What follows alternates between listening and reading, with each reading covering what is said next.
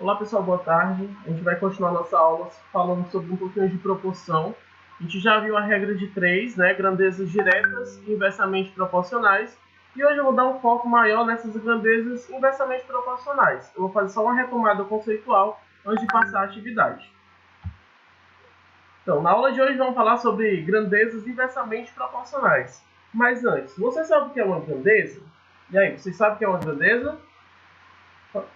Uma grandeza é tudo aquilo que pode ser medido, contado, aumentado ou diminuído. Vamos ver alguns exemplos.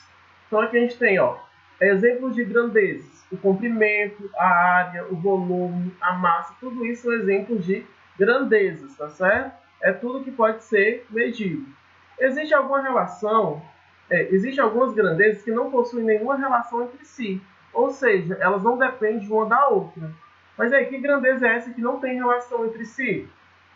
Exemplo, a idade de uma pessoa e sua altura, né? Então não tem uma relação direta, a idade e a altura. Quanto mais velho, vai ficando mais alto. Não, tem em uma certa idade a gente para de crescer. Então nesse momento que a gente para de crescer, não tem relação nenhuma a idade com a altura, tá certo? Ou a massa, o peso de uma pessoa e o número que ela calça.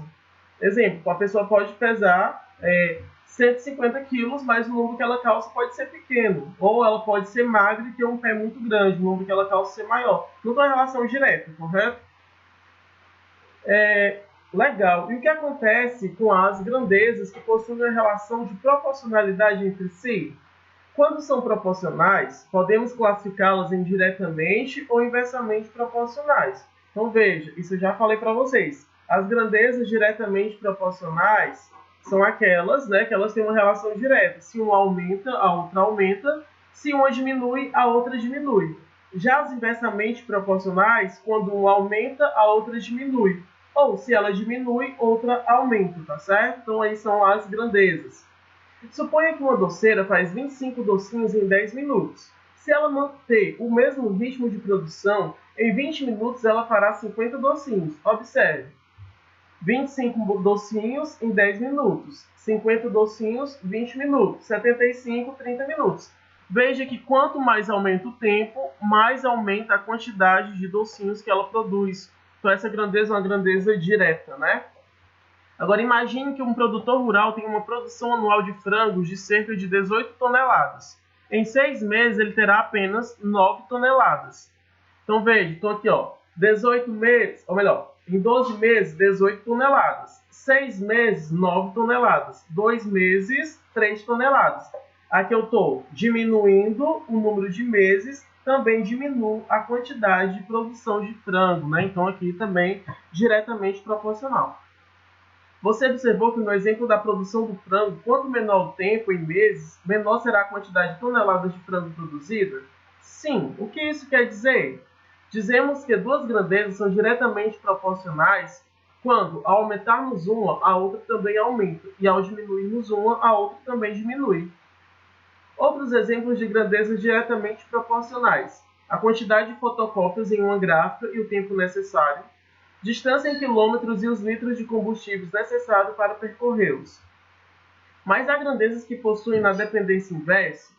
Quando uma grandeza aumenta, a outra diminui e vice-versa. Então vamos ver aqui, Vamos pensar na construção de um prédio. O tempo para que a obra fique pronta depende do número de pedreiros.